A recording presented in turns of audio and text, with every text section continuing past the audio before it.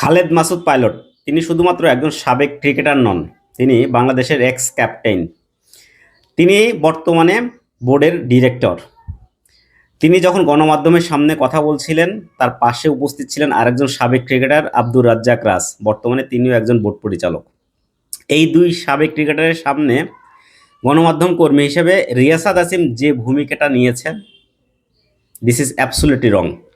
তার way of approach কোনোভাবেই স্বাভাবিক ছিল না, কোনোভাবেই এটা ভদ্র আচরণ ছিল না। যে কারণেই খালেদ মাসুদ পাইলট ওই সংবাদ সম্মেলন কিন্তু সেখানেই শেষ করে দিয়েছেন। আমার প্রশ্ন সেই জায়গায় না।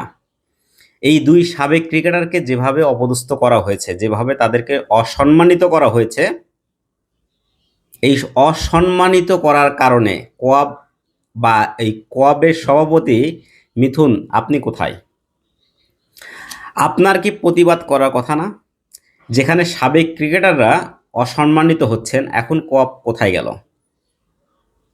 বিপিএল চলাকালীন সময় বিপিএল এ খেলা বয়কট করেছিলেন এম নাজমুল হোসেনের একটা কথায় অনুযায়ী।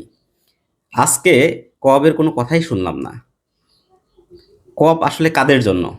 সাবেক ক্রিকেটাররা আজকে বোর্ড পরিচালক তাদেরকে ধুয়ে দিয়েছে, আজকে আপনারা সেটা নিয়ে কোনো কথাই বলছেন না।